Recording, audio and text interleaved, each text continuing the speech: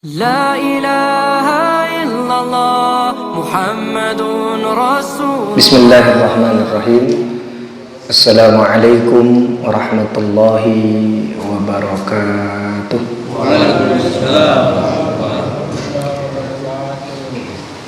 Alhamdulillahilladzi hadana lihadza wa ma kunna linahtadiya laula an hadanallahu.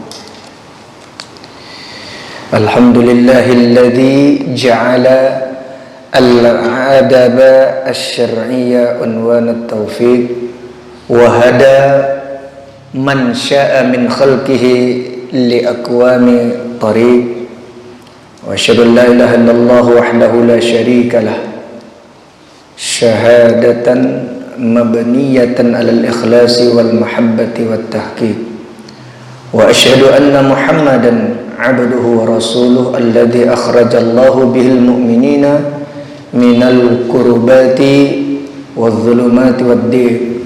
Allahumma salli wa sallim wa barik ala sayyidina wa nabiyyina Muhammad ibn Abdullah wa ala alihi wa ashabihi ulil fadaili was sawabiki wat taufiq. Thumma amma ba'du. Ayyuhal mu'minun a'azzakumullah.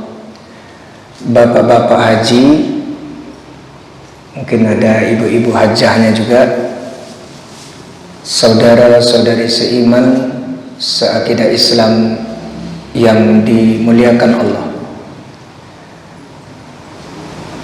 Terlebih dahulu kita mengucapkan kalimah syukur hamdalah karena ternyata Allah masih memberikan kita kesempatan untuk memperbaiki cara beragama kita sekaligus memperbaiki keadaan hidup dan kehidupan kita di dunia yang fana, yang amat sebentar dan banyak tipu dayanya ini. Yakni dengan dibuktikan, para ulama menjelaskan kenapa Allah masih berkenan membangunkan kita dari tidur kita, khususnya tidur malam, agar di pagi hari atau lebih awal lagi kita qiyamul lail, tahajud, kita memperbaiki keadaan kita yang kemarin hari Sabtu dan seterusnya mundur ke belakang, dengan harapan hari ini hari Ahad kita akan menjalankan kehidupan beragama dan dunia ini dengan lebih baik lagi, lebih optimis lagi. Qalbu kita dan akal kita lebih hidup lagi. Itulah makanya kita berdoanya begitu, alhamdulillahilladzi ahyana.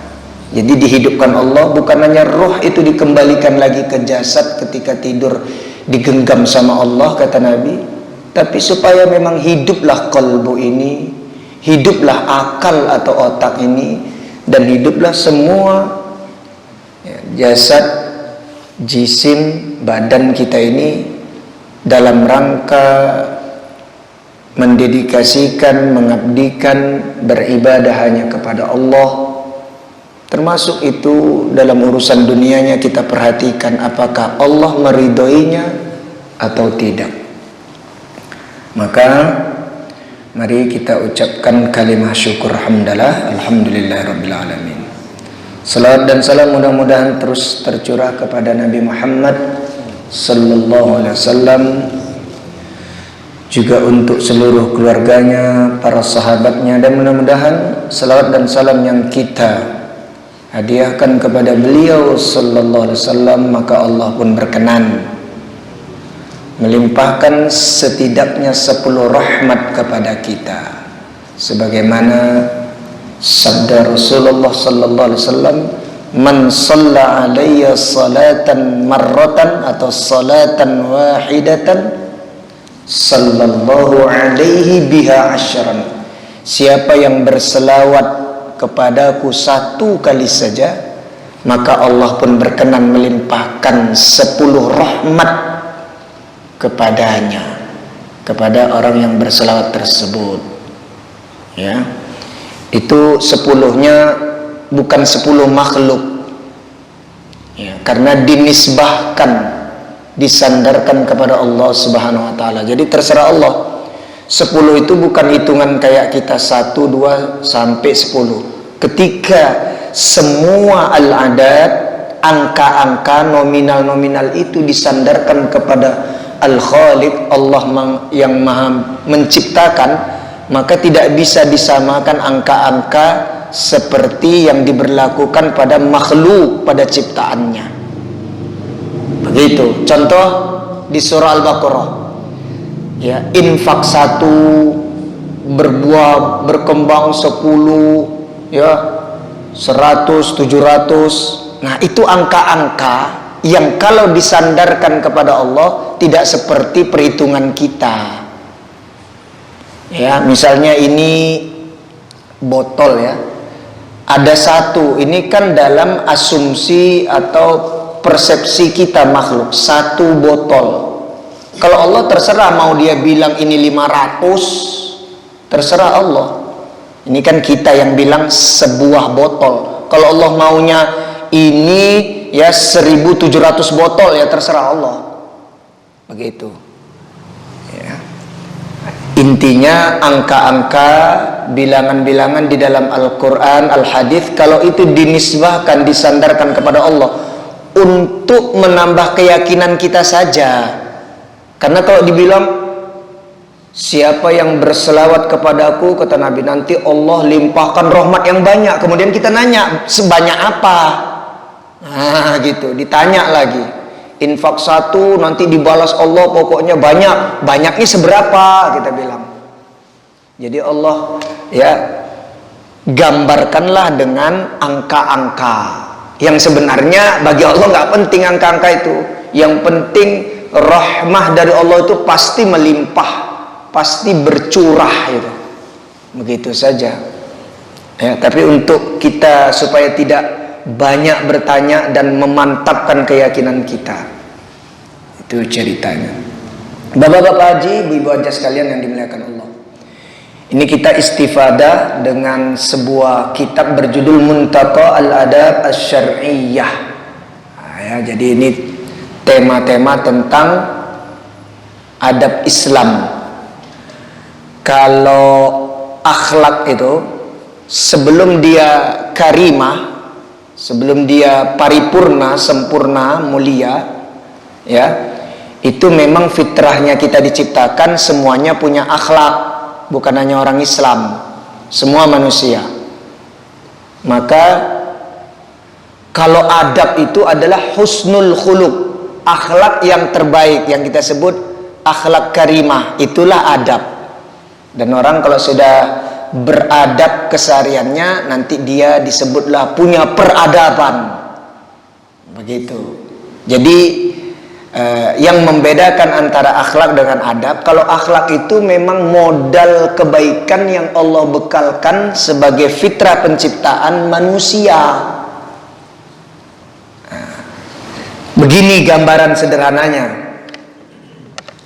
Orang yang pernah kuliah di Jepang atau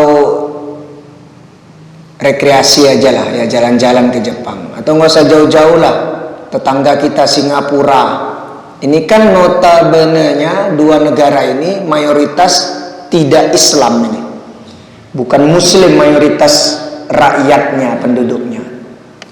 Kemudian datanglah orang Islam nih, ngomong dia begini, kenapa ya Jepang, Singapura dikasih tanda kutip nih sama dia, padahal nggak boleh nih, mereka lebih Islami. Ya kafir-kafir aja, walaupun dikasih tanda kutip. Nama Islami itu ya dinisbahkan, disandarkan kepada orang Islam. Ini mereka yang notabene-nya mayoritas bukan Muslim tapi lebih Islami, dikasih tanda kutip sama dia. Dalam hal kebersihan, teratur, ya, dan lain-lain lah dibilangnya. Begini ceritanya bapak-bapak haji, itulah yang disebut akhlak. Jadi memang fitrah penciptaan manusia itu suka bersih. Itu semua manusia itu suka teratur, disiplin, rapi, wangi, ganteng, cantik, ayu. Itu memang manusia begitu aslinya. Kalau ada manusia, ini kita tidak bicara muslim non muslim dulu, manusia jarang mandi, itu aneh memang. Malas mandi, manusia kok pakaiannya itu ya kusut, lecek, bau, itu agak dipertanyakan itu memang. Jadi bukan gara-gara dia ya non muslim kemudian agak lebih islami katanya, enggak begitu bahasanya. Itu kurang pas. Hanya yang membedakan begini ceritanya, kita yang Islam dengan yang tidak Islam dalam hal akhlak ini. Ya, Bapak Haji pasti pernah dengar ya, insya Allah, namanya akidah dan akhlak. Pernah dengar ya? Jadi itu adalah maddah, subjek atau materi di dalam kajian-kajian Islam yang mengatakan gini, al-akidah atau al-i'tiqadiyah, yang kemudian di dalam Al-Quran dan hadis lebih tepatnya al-iman, ini menjadi pondasi, menjadi landasan utama untuk al-akhlak gitu. Orang Islam itu dia mandi karena ajaran Islamnya, karena diperintahkan Allah, dicontohkan Nabi gitu. Itu yang membedakan. Kita bersih-bersih rumah, bersih-bersih badan, bersih-bersih lingkungan, itu karena perintah Allah, itu karena sunnah Nabi kita. Jadi yang membedakan ya akhlak kita itu atas dasar iman, akidah, i'tiqadiyah gitu. Ya, kalau mereka ya memang fitrah manusia begitu, sukanya bersih, rapi-rapi gitu tadi, wangi-wangi gitu. Tapi bukan dalam rangka beribadah kepada Allah. Ya sekedar memang begitulah default, asal muasalnya manusia gitu ya. Disetting seperti itu memang. Ya. Nah, kalau hewan pula ya tadi, hewan nggak mandi dia ya gitu. Hewan juga nggak pakai pakaian, hanya ditutupin rambut-rambut dan bulu tubuhnya oleh Allah gitu saja. Walaupun ada hewan yang suka berendam di air, ada kuda Nil misalnya ya, suka juga dia nanti berendam di dan lain-lain gitu ya. Jadi itu ceritanya antara akhlak dan adab. Akhlak itu modal ya, moral, modal etika yang dibekalkan Allah kepada semua manusia. Kalau udah akhlak itu mencapai performa tertingginya atau mutu dan kualitasnya disebut husnul khuluq, itulah al-adabu, itu yang disebut adab. Dan adab itu tidaklah disandarkan melainkan kepada iman, ya, akidah atau i'tiqadiyah atau kepada Islam. Nah, ini penulisnya Syekh Majid Sa'ud Al-Aushan. Ya, karena kita istifadah dengan kitabnya, maka kita ihda'u thawab, hadiah dulu kepada muallif musannif penulis untuk kita hadiahkan surah Al-Fatihah karena kita mengkaji kitabnya ini. Ya. Nuhdi lahu khususan li muallif li musannif Abdullah Majid Sa'ud Al-Aushan. Naqra'u barakata nurillah al-Fatihah. A'udzu billahi minasyaitonir rajim. Bismillahirrahmanirrahim. Alhamdulillahirabbil alamin arrahmanirrahim maliki yaumiddin. Iyyaka na'budu wa iyyaka nasta'in ihdinas siratal ladzina.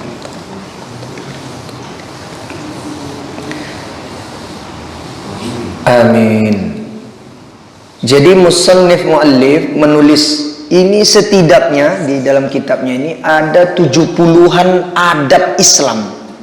Yang paling tinggi adab terhadap Allah Subhanahu wa taala, selanjutnya terhadap Rasulullah sallallahu alaihi wasallam, selanjutnya terhadap para pengajar Al-Qur'an, pendakwah Al-Qur'an, kemudian kepada para penuntut atau kepada para murid, kepada para pelajar dan pengemban ya amanah Al-Qur'an, adab kepada ya Al-Qur'an itu sendiri ketika mau dibaca, dikaji, adab-adab menuntut ilmu, adab menghadiri majelis-majelis ilmu, majelis ta'lim, kemudian ya adab-adab di masjid, di rumah-rumah Allah, musola, surau, langgar dan lain-lain. Banyak ini. Jadi setelah kami baca-baca ya, semua ajaran Islam, rukun Islam yang 5, syahadatain, syahadat tauhid kepada Allah dan syahadat kepada Rasulullah sallallahu alaihi wasallam, kemudian iqamatus shalah, menegakkan salat, ita'uz zakah, menunaikan atau membayar zakat, kemudian saumu ramadhana, berpuasa di bulan Ramadan, kemudian al-hajju ya ila baitillahil haram man istata'a ilaihi sabilan, berhaji ke Baitullah al-Haram bagi siapapun ya hamba-hamba Allah yang telah diberikannya kemampuan. Kemudian rukun iman yang 6 pondasinya, yaitu beriman kepada Allah, beriman kepada para malaikat Allah, beriman kepada kitab-kitab Allah, beriman kepada rasul-rasul Allah, beriman kepada hari kiamat, dan yang keenam antu'mina ya, bahwa kita beriman ya bi qadarillah, dengan takdir Allah, khairihi wa syarrihi, apakah takdir itu baik maupun takdir itu buruk. Maka 5 rukun Islam, 6 rukun iman, dan semua ini yang pokok-pokoknya dan turunannya, mustakunnya, derivasinya, semua adalah kemuliaan akhlak atau adab-adab yang tinggi. Isinya itu begitu ya. Ini menjadi penting di akhir zaman ini karena kita perhatikan dalam kehidupan keseharian, baik di lingkungan kita sampai skala besar, sebuah negara bernama Indonesia ini sudah menjadi sunnatullah nanti. Akhir zaman itu diantara fitnah atau kerusakan terbesarnya terjadi dekadensi moral, kemerosotan moral. Kalau kita perhatikan contohnya gini, dulu ya pertengahan 90 sampai mundur ke belakang 80, 70, ini yang namanya anak-anak ini masih banyak yang taat dan takut sama orang tua. Walaupun tetap ada cerita anak yang menentang durhaka, tapi tidaklah separah sekarang gitu ya. Dulu kita itu takut suaranya lebih tinggi dari suara orang tua kita, walaupun tipikal suara orang tua kita itu jenisnya mungkin rendah. Kalau ngomong ya memang dia suaranya rendah karena ada manusia begitu. Nah, anak-anak itu tidak ada yang berani suaranya lebih tinggi. Kemudian suka nggak suka kalau udah disuruh atau dilarang orang tua langsung dihentikan, langsung dikerjakan gitu. Kalau sekarang pakai entar-entaran anak-anak ini. Entar katanya begitu. Berani gitu. Berani membantah sekarang itu. Itu fenomena akhir zaman memang begitu. Di antara fitnah atau kerusakannya adalah moral itu sudah merosot. Kalau tidak mau dikatakan semakin hilang. Jadi ada 2 nanti yang di akhir zaman itu dicabut oleh Allah. Ya, ini yang terawal ini dihilangkan oleh Allah. Yang pertama ilmu Islam lewat banyaknya Allah wafatkan para ulama Islam, pemuka dan tokoh-tokoh cendekiawan alim ulamanya kaum muslimin ini. Yang kedua Allah cabut adalah akhlak karimah atau adab-adab Islam itu juga dihilangkan dari perilaku kesehariannya individu-individu muslim tersebut. Begitu. Jadi semakin banyak anak-anak yang ukukul walidaini, durhaka sama orang tua. Tapi tidak kalah serunya ada juga ya durhakanya orang tua terhadap anak-anak. Jadi selama ini kita taunya anak-anak durhaka sama orang tua. Ternyata ada orang tua dalam Islam durhaka sama anak, yaitu anak-anak tidak dididik ajaran Islam, adab-adab Islam. Anak-anak dan anggota keluarganya, istrinya juga tidak diberi nafkah dari nafkah yang halal. Nah, ini orang tua yang durhaka ini sama anak. Jangan dikira anak aja yang durhaka sama orang tua. Fenomena akhir zaman, orang tua juga durhaka. Anak dibiarkan, tidak diperhatikan. Dia hanya sibuk bekerja saja. Kalau dulu orang-orang tua dulu, bagaimanapun susahnya zaman itu, karena ya zaman-zaman pembangunan, awal pembangunan negara ini pasca perang dunia kedua gitu ya, ya tetap diperhatikan anak-anak itu. Kalau ngaji itu ditanya itu, tadi ngaji enggak, ngajinya apa, begitu. Ini yang syuyuh ini ya, para sesepuh Qudwatul Ummah, panutan kami generasi muda ini. Kalau kita tanya ini, bapak-bapak sesepuh ini, ya zaman dulu tuh begitu. Sekolah umum aja, tas kita digeledah sama orang tua kita. Iya, dulu kita nggak berani bolos, takut bolos. Kalau bolos, ya disiasatin, tetap tugas-tugas di sekolah, PR-PR dikerjakan gitu, biar nggak ketahuan bolos sama orang tua juga gitu. Orang tua dulu tuh begitu. Ditanya anaknya di sekolah umum pun, tadi sekolah apa? Belajarnya gitu.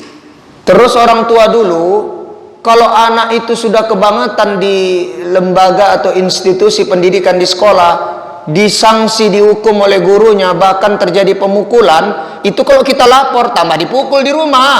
Kalau sekarang murid dipukul, maka orang tuanya lapor ke kepolisian, gurunya dipenjara.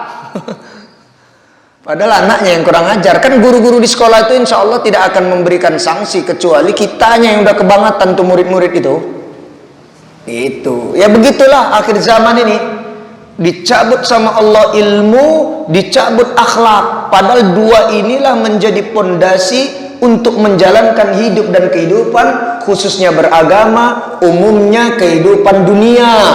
Harus pakai ilmu, harus pakai akhlak, adab. Begitu. Tapi ini pula yang duluan dicabut sama Allah di akhir zaman.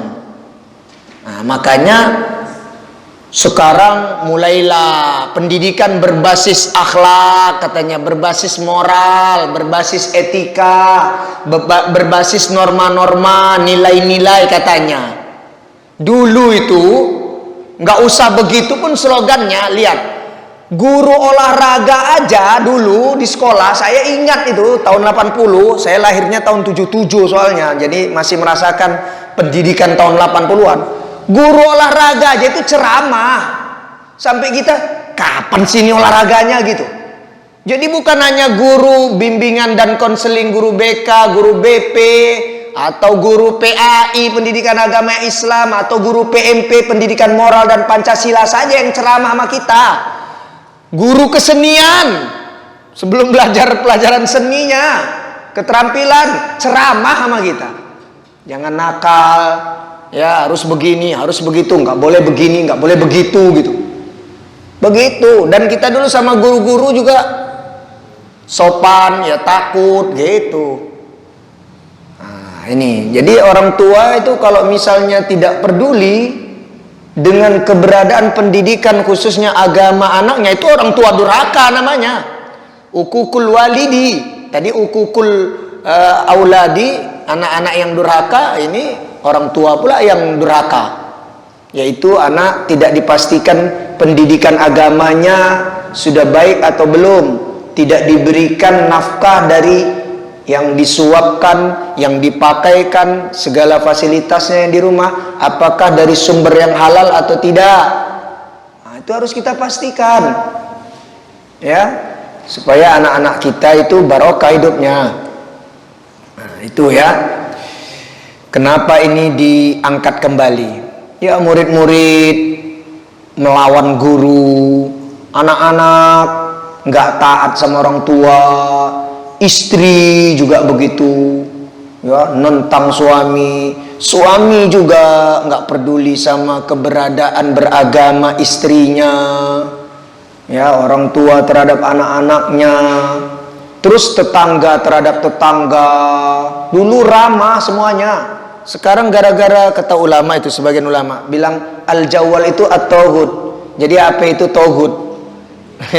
Tuhan gepeng katanya gitu ya, Tuhan ceper.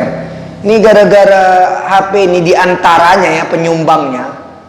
Orang malas ramah tamah ketemu fisik, apa-apa ya nanti online aja ya katanya gitu. Begitu. Dulu itu kita betah ramah tamah berjam-jam dengan jiran, tetangga, sahabat, teman, kawan begitu. Sekarang ketemu dikit, udah lama nggak ketemu. Iya, padahal udah lama nggak ketemu itu. Ya udah nanti kita di HP ya, berapa nomornya? Ya, kita WA-an aja ya. Begitu, udah dihilangkan Allah kebarokan itu jadinya. Ya. Padahal adab yang mulia itu kalau kita silaturahim begitu ya. Beramah tamah itu ya, bercengkrama, apalagi udah lama nggak ketemu. Dan yang tidak kalah pentingnya begini kata Nabi, ya, masalah akhlak ini. Innal mu'mina, sesungguhnya seorang mukmin itu la yudriku bi husni khuluqihi darajatas shaimi al-qaimi. Karena husnul khuluqnya, karena adab Islamnya, akhlakul karimahnya itu bagus, maka derajatnya akan bisa menyamai derajat orang yang di siang harinya ahli puasa sunnah dan di malam harinya ahli qiyamul lail, tahajud sepanjang malamnya. Begitu. Jadi di antara amaliyah yang memberatkan timbangan amal ya, atau mizan ya, akhlak yang mulia. Itu tadi diriwayat Abu Daud ya, diriwayat Ahmad dan Ibnu Majah. Ma min syai'in athqalu fil mizani min khuluqin hasanin. Di antara amalia Islam yang sangat berat nanti ditimbang di mizan adalah ya, husnul khuluq atau adab Islam, akhlakul karimah. Nah, gitu. Sementara ini pula yang pertama hilang bersamaan dengan ilmu. Padahal kita mengharapkan sekali amal kita itu nanti berat kebaikannya daripada keburukannya. Kan begitu.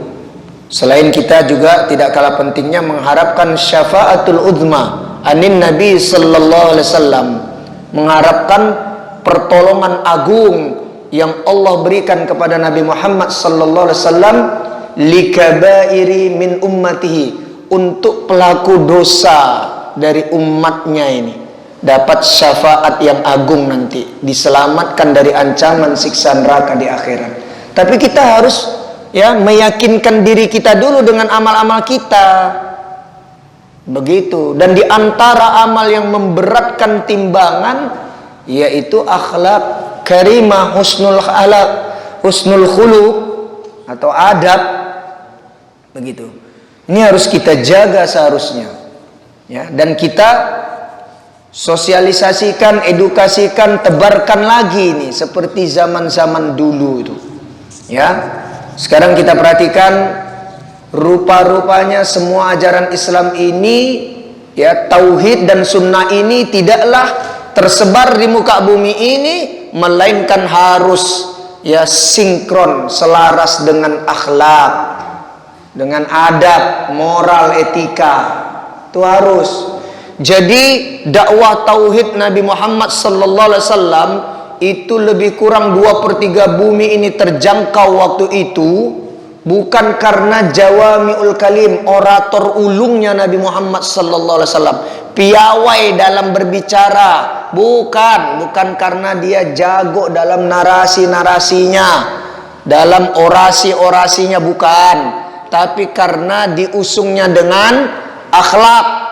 Itulah firman Allah Subhanahu wa taala, wa innaka la'ala khuluqin azimin.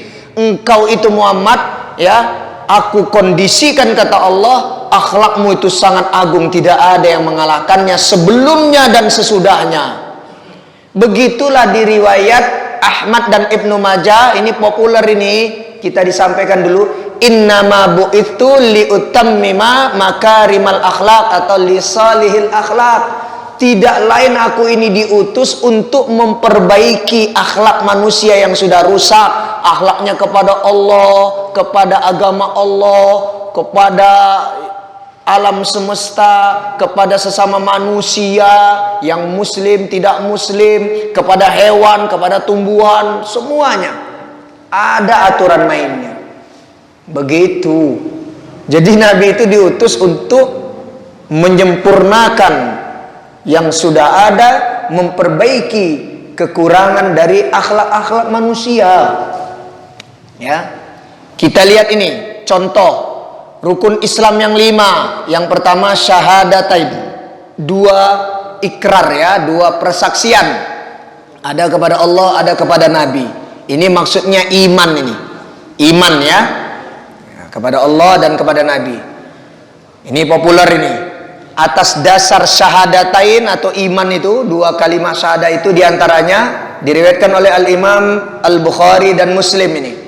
Rasulullah sallallahu alaihi wasallam bersabda, ini untuk urusan berbicara saja, mengeluarkan kata-kata dari lisan kita ini, dari oral mulut kita ini. Man kana yu'minu billahi wal yaumil akhiri, siapapun yang mengaku beriman kepada Allah dan dia yakin betul ada hari akhirat, ada konsekuensi, ada pertanggungjawaban dari semua yang dia niatkan, yang dia ucapkan, yang dikerjakan semua anggota badannya, falyakul khairan, kalau omong saomong pasti yang benar, pasti yang baik. Cara menyampaikan kebenarannya pun dengan cara-cara yang santun, yang elegan, yang baik. Jangan mentang-mentang yang disampaikannya dalil Al-Quran, tafsirnya sesuai dengan penafsiran para ulama mufassir, kemudian disampaikannya adalah hadis sahih dan pendalilannya juga tepat, tapi dia kemudian bilang kamu harus begini, kalau tidak kamu itu bid'ah, bid'ah itu semuanya sesat dan kamu nanti terancam neraka. Ya jangan begitu, jangan ini syirik, ini kafir, enggak begitu, walaupun itu kebenaran, ya. Dan kalau kebaikan itu sudah tidak lagi terucap dari lisan kita, auliyasmut, maka diam itu menjadi emas, menjadi lebih berharga lagi. Nah, ini sebagai contoh ini. Contoh syahadat itu membuahkan akhlak dan adab yang mulia. Ya. Kalau memang mengaku beriman kepada Allah, syahadat kita asyhadu an la ilaha illallah. Ya. Wa asyhadu anna Muhammadar Rasulullah. Di riwayat Al-Hakim, Rasulullah sallallahu alaihi wasallam bersabda ini, al-haya'u wal imanu qurana'u jami'an. Antara rasa malu kepada Allah didasari atas keimanan, itu 2 hal yang tidak bisa dipisahkan, selalu gandeng kemana-mana, kata Nabi. Fa idza rufi'a ahaduhuma, kalau salah satu dari malu dan iman itu hilang, entah malunya hilang tinggal imannya saja, atau imannya saja tapi enggak punya rasa malu, rufi'a al-akharu, maka hilang yang lainnya. Ya sekarang rasa malu itu kan udah nggak tahu malu, ya, nggak tahu malu sama Allah. Contoh di siang Ramadan, saudara-saudara kita itu, orang semua beduknya adzan maghrib, dia sebelum adzan zuhur di pangkalan-pangkalan, ya, ojek atau apa di jalanan, paling mungkin sepekan pertama aja yang tertib. Tapi masuk pekan kedua Ramadan, Wah, orang itu makan, minum, merokok di siang hari, ya, kelihatan oleh manusia-manusia yang sedang ibadah berpuasa itu ya nggak malu sama Allah. Begitu. Ya. Udah nggak ada rasa malu sama Allah. Nggak usahlah sama manusianya. Makhluk Allah itu. Tapi sama Allah lah. Nah, itu udah nggak malu lagi. Padahal lucunya begini. Masalah puasa ini dari kecil dilatih setengah hari, begitu ya, dapat hadiah lagi. Nanti habis azan zuhur dia buka dulu, sambung lagi sampai maghrib lagi. Lama-lama sehari, masih kecil dilatih, kuat pula. Udah dewasa kurang ajar sama Allah, nggak tahu malu, malah nggak puasa. Terus ngapain dari dulu kecil-kecil dilatih sama orang tua kita, begitu. Ada puasa istilahnya setengah hari segala itu untuk pelatihannya itu. Tapi udah gede, udah dewasa, malah nggak puasa. Ya. Kemudian dijelaskan ulama lagi, ya, salat kita kalau khusyuk, tawadu akan membuahkan ya akhlak mulia, adab-adab Islam yang mulia. Contoh dalam surat Al-Ankabut. Ya, ini populer ini ya, ayat 45. Wa aqimis sholata, tegakkanlah nilai-nilai salat itu, nilai-nilainya, ya, bukan hanya menjalankan syariat salat, itu udah pasti. Innas sholata tanha 'anil fahsya'i wal munkar.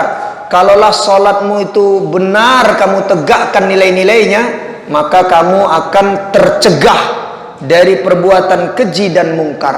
Contoh kita lihat itu, nilai salat yang baik dari salat itu disiplin waktu contohnya. Karena jangan mentang-mentang soleh banget, ini belum sholat zuhur terus dia sholat zuhur, ya nggak sah juga, ya kan? Atau sholat subuhnya subuh waktu duha, kesiangan mulu, itu juga kurang pas itu. Allah Subhanahu wa taala berfirman, innas salata kanat alal mu'minina kitaban mauquta, bahwa waktu-waktu sholat itu sudah ditentukan oleh Allah terhadap hambanya yang beriman ini. Artinya harus sesuai dengan waktunya. Di situ sebenarnya nilainya adalah kita dididik untuk disiplin dan menghargai waktu. Nah, kalaulah itu kita sadari, kita sholatnya sesuai waktu, disiplin, maka itu harusnya teraktualisasi, tertuang dalam kehidupan keseharian kita. Kita menjadi hamba Allah yang sangat menghargai dan disiplin terhadap waktu.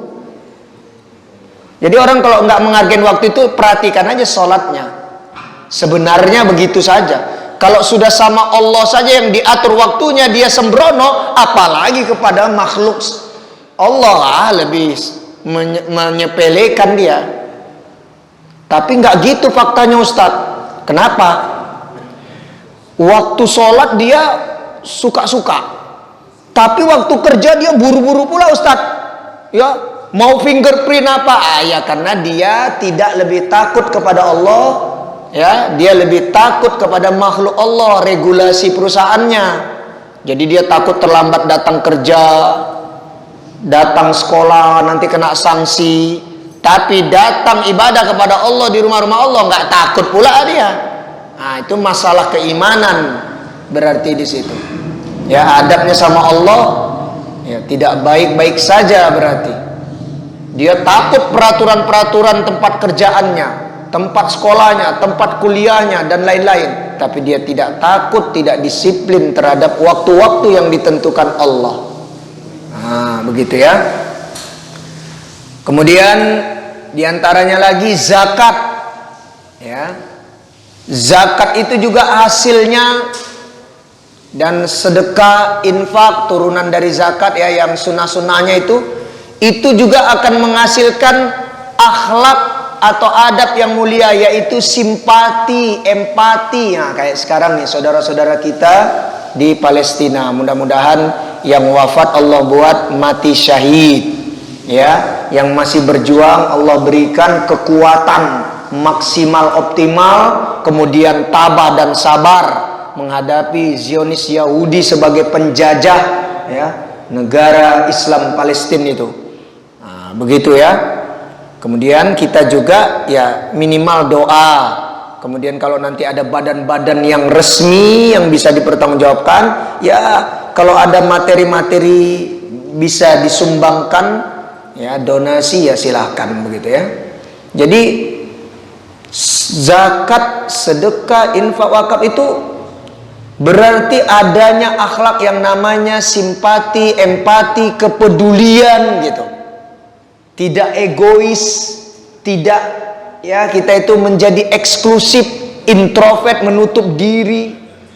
Tapi memang kita menyadari kita bagian dari masyarakat di mana kita berdomisili, bernegara, berbangsa. Wah, begitu. Itu akhlak-akhlak yang diajarkan dari zakat contohnya. Udah suruh ya? Belum ya? Nanti ada notifikasi ya. Kemudian kita perhatikan puasa. Wah, puasa itu kan mengekang ya, memenjara ketamakan, kerakusan jiwa, akhlaknya itu. Di antaranya yang terbesar. Jadi kita itu hubungan halal suami istri, kemudian makan minum yang halal itu sebenarnya, tapi di siang Ramadan kenapa dilarang sama Allah? Ini melatih jiwa ini, jiwa kita ini, kolbu kita ini kecenderungannya tamak, rakus. Lihat ini, lambung atau perut kita masing-masing itu sesuai genggaman. Ini menurut medis, sesuai genggaman masing-masing. Jadi ini genggaman saya segini, lambung saya itu segini. Nah, kalau bapak-bapak nanti genggamannya gede, ya lambungnya segede itu. Tapi lambung ini elastis. Ini mobil masuk ke sini, ya motor, properti, tanah, ruko, rukan masuk tuh ke sini karena ketamakan itu. Dia elastis itu. Padahal kok dipikir diisi seberapa lah ini lambung ini. Tapi kenapa dia masih tamak? Mau makan properti, tanah, ruko dimakan, ya, proyek teman dimakan, semua dimakan. Mobil, motor, semua rekening orang, deposito orang dimakan sama lambung nih. Begitu. Makanya puasa itu pelatihan kita ya memborgol, ya, kemudian kita kerangkeng, kita penjara ini ketamakan jiwa ini, kerakusan jiwa ini. Nah, itu akhlak yang didapati dari puasa itu. Dan kemudian ya, mudah-mudahan bapak-bapak sekalian yang belum berhaji atau minimal umroh, Allah berikan kemampuan untuk melaksanakan ibadah haji dan umroh. Hajinya mabrur dan makbul, umrohnya mabrurah dan makbulah. Ya, nah, kita perhatikan ini di ayat Al-Quran ya. Nanti di hadisnya juga sama. Al-hajju asyhurum ma'lumat. Faman faradha fihinnal hajja fala rafatha, jangan porno, wala fusuko, jangan fasik keluar dari aturan-aturan Islam. Ya. Wala jidala, dan jangan suka berdebat kusir yang enggak penting. Nah, begitu nanti di hadisnya, man hajja hadzal baita, di hadis riwayat Al-Bukhari, siapa yang melaksanakan haji ke Baitullah Al-Haram, fala yarfuth, tidak ada nuansa-nuansa cabul atau porno, wala yafsuq, dan tidak ada melakukan kefasikan keluar dari ketaatan. Ya, wala jidal, dan tidak pula ada perdebatan-perdebatan. Raja'a ka yaumi waladathu ummuhu, nanti dia kembali ke rumahnya, ke negara masing-masing seperti baru dilahirkan dari kandungan ibunya, dibersihkan Allah dari dosa-dosanya. Jadi di antara pelajaran akhlak adabnya dari ibadah haji itu, ya kita ini jadi orang ya tidak gampang cabul porno, pikiran kita tidak selalu kotor, hati ini tidak kotor. Kemudian tidak fasik, suka melanggar aturan-aturan, terutama aturan agama. Kemudian tidak suka debat-debat yang enggak produktif, debat kusir. Sama-sama enggak tahu tapi sama-sama paling merasa tahu, sok tahu. Kemudian sampai suara tinggi, ya, dan lain-lain lah yang dilakukan itu. Nah, ini supaya dihindari. Itu diperoleh pelajaran adab dan akhlak itu dari ibadah haji diantaranya, ibadah umroh. Ya, karena kan di sana banyak sekali manusia, sehingga jidal atau perdebatan yang memicu emosi maksudnya gitu. Jadi kita kesenggol, kemudian kita marah, keinjak, kesikut gitu. Nah, itu diuji itu kesabaran dan ketabahan kita ketika pelaksanaan ibadah haji dan umrah ke Baitullah Al-Haram. Nah, begitulah masalah adab dan akhlak ini ya, akhlak dan adab ini. Jadi ada kepada Allah, Allah itu ditauhidkan, jangan disyiriki. Allah itu ditaatin, jangan diingkari, jangan dimaksiatin. Nikmat dari Allah disyukuri, jangan dikufuri, begitu. Kepada Nabi Muhammad sallallahu alaihi wasallam, ikuti sunnah-sunnahnya, akhlak-akhlaknya, adab-adabnya, jangan diselisihi, ditentang. Kemudian kepada ajaran Islam, perintahnya dikerjakan, larangannya dijauhi, ceritanya diyakini. Kepada kedua orang tua kita berbakti, guru-guru kita mengagungkan, kepada yang lebih dituakan ya kita hormati, kita agungkan, kepada yang sebaya ya kita saling berbagi kebaikan, yang lebih bawah dari kita berkasih sayang, dan seterusnya dan seterusnya. Inilah yang kemudian semakin hilang di akhir zaman ini, dalam kehidupan kita ini ya. Mudah-mudahan inilah yang kita promosikan kembali terus menerus. Selama ini kalau bab ilmu, wah banyak udah ilmu. Bahkan orang mengakses ilmu sekarang mudah sekali dengan adanya HP itu. Tapi kemudian mengamalkan ilmu itu dengan diusung dengan akhlakul karimah, adab-adab Islam, itu yang sudah mulai hilang. Kalau dulu orang-orang dulu nggak ngerti ilmu, cuma pituah-pituah aja, pitutur aja, harus begini, jangan begini. Dia nggak tahu itu dalilnya dari mana. Rupanya kalau dicek-cek sekarang, dalilnya itu ada yang dari Quran, ada dari hadis, ada pendapat ulama. Kalau dulu nggak ada, nggak tahu itu, tapi diamalkan itu, dan akhlak itu dijaga dalam mengamalkannya. Nah, sekarang ilmu banyak, tapi akhlak nggak ada. Ya, mudah-mudahan Allah jaga ilmu-ilmu yang Allah karuniakan kepada kita, kita amalkan dan kita usung dengan akhlak karimah, dengan adab-adab Islam. Allahumma amin.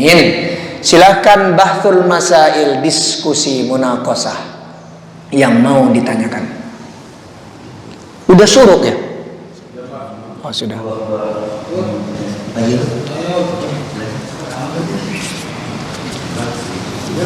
Assalamualaikum warahmatullahi wabarakatuh. Waalaikumsalam warahmatullahi wabarakatuh. Yang saya tanyakan ini Pak Ustadz, dalam proses taklim wa taklum ini mana yang lebih didahulukan antara adab dan ilmu? Walaupun di antara salah satunya itu alasannya apa dan keterangannya apa dan siapa yang ini. Makasih, itu aja Ustaz. Jazakallah khairan. Jadi dalam proses kegiatan belajar dan mengajar ya, taklim wa ta'allum tadi diistilahkan, mana yang lebih penting antara ilmu dan adab?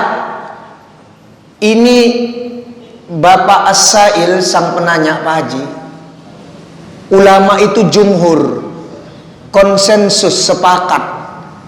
Itu termasuk yang populer itu Al-Imam Malik bin Anas, gurunya Al-Imam Muhammad bin Idris Asy-Syafi'i. Ya, ini Imam Malik bin Anas ini ya, ulama mazhab, gurunya Imam Syafi'i, wafat tahun 179 Hijriyah. Ini ulamanya kota Madinah ini ya. Itu beliau sebagai ulama pakar hadis, juga pakar masalah fikih. Ulama-ulama kita dulu itu membuat standarisasi sebelum belajar ilmu-ilmu dasar Islam saja, ya, yang dasar padahal dia tidak boleh dulu masuk kelas ilmu itu, melainkan mereka buat kelas adab. Jadi kalau ada murid-murid baru misalnya, yang baru kelihatan wajahnya itu, ditanya sama Imam Malik, kamu ini murid baru ya, dari mana, siapa nama dan semuanya, selama ini udah pernah belajar ilmu adab begini-begini belum? Belum. Oh udah, mohon jangan di kelas ini dulu, pergi kelas adab, di sana ada. nanti ada gurunya tersendiri. Nah, itulah akhirnya keluar kaidah dari ulama, al-adabu qoblal ilmi. Belajar dulu adabnya sebelum ilmu. Makanya guru-guru kita dulu dah, sekarang kita buktikan. Guru sekolah Pak Haji, guru sekolah ini nggak berkaitan dengan maddah Islamiyah, subjek Islam, nggak, bukan pelajaran Islam. Yang tadi saya bilang banyak ceramah dulu daripada materinya. Tapi kemudian apakah kita bodoh? Tidak, kita jadi cerdas. Padahal pas materinya dikit aja disampaikannya. Sampai yang tadi saya bilang, udah siap-siap kita mau olahraga ini, ceramah pula bapak olahraga itu. Ya, ngomong aja sampai kita, ya namanya kita udah pakai baju olahraga, trainingnya udah seragamnya ya, udah mau bawaannya olahraga aja itu. Tapi tidak jarang guru-guru dulu ceramah dia. Mungkin kalau orang sekarang bilang ini guru PAI, guru konseling, bimbingan atau guru olahraga ini, kapan olahraganya? Mungkin gitulah dikomplain kalau sekarang. Tapi dulu kita dengerin aja. Tapi apakah orang sekarang lebih pintar, yang paling mudah mengakses ilmu? Saya bilang lebih pintar orang sekarang atau orang dulu? Kita dulu mungkin sedikit ilmu yang disampaikan dan susah kita mengakses ilmu, tapi akhlak, nilai, moral disampaikan semuanya. Siapa yang paling pintar sekarang? Orang dulu yang paling pintar. Orang sekarang banyak bego gobloknya ya sekarang ini. Iya, terus terang aja. Nah, itulah pentingnya akhlak adab dulu sebelum ilmu. Karena kebarokan ilmu yang diserap itu karena akhlak, karena adab yang diterapkan dalam kehidupan. Jadi barokah ilmu itu. Orang banyak ilmu. Sekarang kita buktikan. Gelarnya profesor doktor, kerjanya koruptor. Itu kenapa itu? Yang nggak punya akhlak, nggak punya adab. Ya, strata pendidikan, strata sosial, jabatan udah tinggi loh. Profesor, doktor, tapi skandal, affair, korupsi, riswah, suap.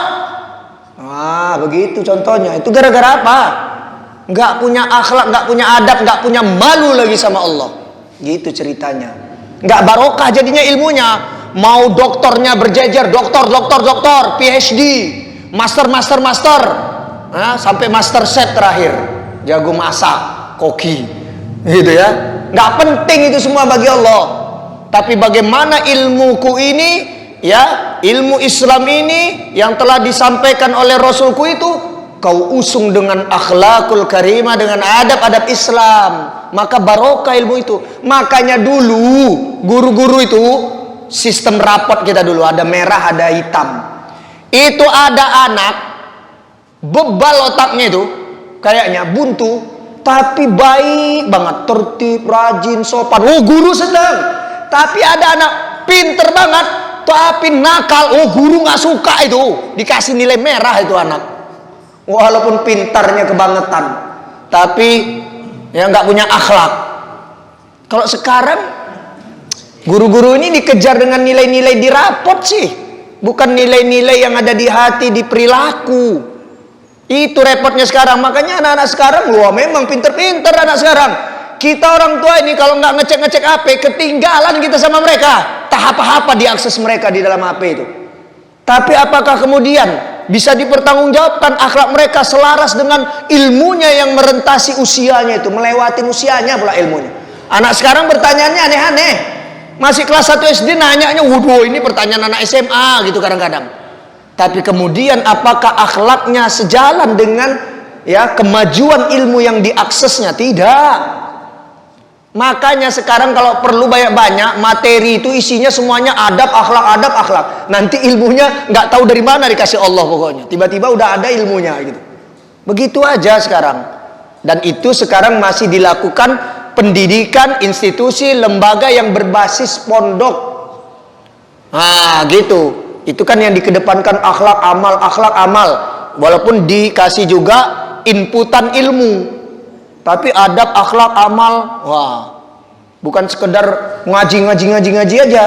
Tapi diamalkan akhlaknya. Nah, itu makanya barokah itu anak-anak pondok itu.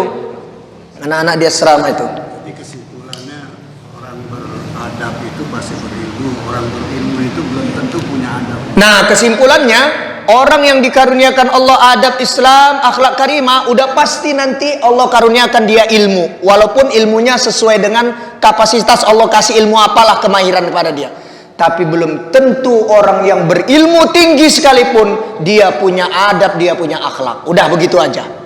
Udah begitu dari Allah, dari Nabi begitu tadi, wa innaka la'ala khuluqin azim. Nabi itu harus mendakwakan tauhid itu, bawa modal yang namanya akhlak dulu, Allah modalin itu. Dan Nabi buat statement pun begitu di hadis riwayat Ahmad dan Ibnu Majah, innama bu'itsu liutammima makarimal akhlak salihal akhlak. Aku ini diutus untuk memperbaiki akhlak, bukan aku ini diutus untuk memperbanyak pengetahuan kalian, peradaban kalian, berilmunya kalian tinggi, bukan.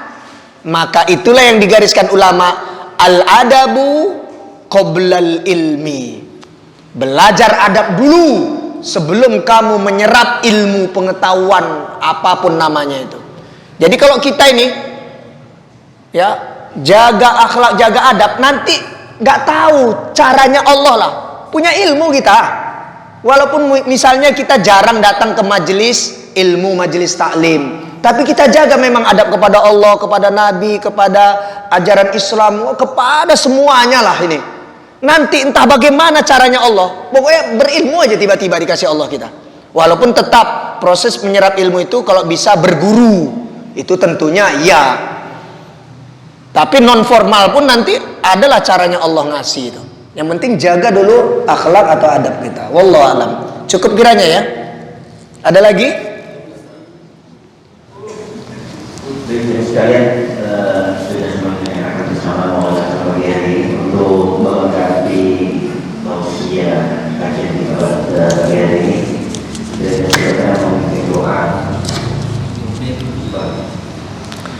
Baik Bapak-bapak haji sekalian yang dimuliakan Allah, mari kita hadirkan kalbu kita, tengadahkan tangan kita, kita aminkan dengan ikhlas doa-doa yang akan kita lantunkan. Khususnya nanti ini kita perkuat terus untuk saudara-saudara kita yang ada di bumi Allah Palestina, buminya kaum muslimin, insyaallah. Bismillahirrahmanirrahim. Asyhadu an la ilaha illallah, asyhadu anna Muhammadar Rasulullah. Alhamdulillahirabbil alamin. Hamdan katsiran tayyiban mubarakan fihi mubarakan alaihi kama yuhibbu rabbuna wa yarda. Allahumma lakal hamdu syukran wa lakal mannu fadlan. Alhamdulillahilladzi bi ni'matihi tatimmus salihatu. Hamdan yuwafi ni'amahu wa yukafi'u mazidahu. Ya rabbana lakal hamdu kama yanbaghi li jalali wajhikal karimi wa azimi sultanikal qadim. Allahumma salli wa sallim wa barik ala sayyidina Muhammadin wa ala alihi wa sahbihi ajma'in wa man tabi'ahum bi ihsanin ila yaumiddin wa sallama tasliman katsiran. Allahumma inna nas'aluka afiyatan wa salamatan fid din wa afiyatan wa salamatan fid dunya wa afiyatan wa salamatan fil akhirah wa afiyatan wa salamatan fil jasadi kullih wa ziyadatan fil ilmi syar'in nafi'i wa barakatan fil ni'ami wal arzaki wa taubatan nasuhan qabla al maut wa rahmatan indal maut wa maghfiratan wa rahatan ba'dal maut. Allahumma hawwin alaina fi sakaratil maut wal afwa indal hisab wal fawza bil jannah wan najata minan nar. Allahumma idfa' anna al balaa wal masaiba wal wabaa wat ta'na wat tauna wal ba'sa wad darra wal fasada wal masyaqqata wasyada'ida was suyuf al mukhtalifata wal kufra wal fuqra was maskanah wal fusuqa wal isyana wal fahsya wal munkar wal baghya wal ghula'a wal riba waz zina waz zalazila wal mihana wa su'al fitani ma dhahara minha wa ma batan an anfusina wa walidina wa auladina wa azwajina wa dhurriyyatina wa amwalina wa bi'atina wa biladina hadha Indonesia khasatan wa sairi bidadil muslimina amatan wa makhsusan biladaka wa makhsusan Zahra ardika Palestin ya Rahman ya Rahim ya Arhamar Rahimin. Allahumma aizal Islam wal muslimin fi kulli zamanin wa makanin wa fil alam wa adilla syirka wal musyrikin wa ahlikil kafarata khususan kufrata Zionis Yahudi wansuril mu'minin khususan ikhwanana muslimina Palestin, wa dammir a'da'aka wa a'da'al islam wal muslimin kullihim ajma'in. Allahumma ansur ikhwanana al mu'minina wal muslimina fi Palestin. Allahumma ansur man nasara ad-din wa khudhul man khadala wa qatala al-muslimin khususan fi biladika Palestin wa fi kulli alam. Rabbana atina fid dunya hasanatan wa fil akhirati hasanatan wa qina adzaban nar. Wa akhiru da'wana alhamdulillahi rabbil alamin. Alhamdulillah. Terima kasih banyak.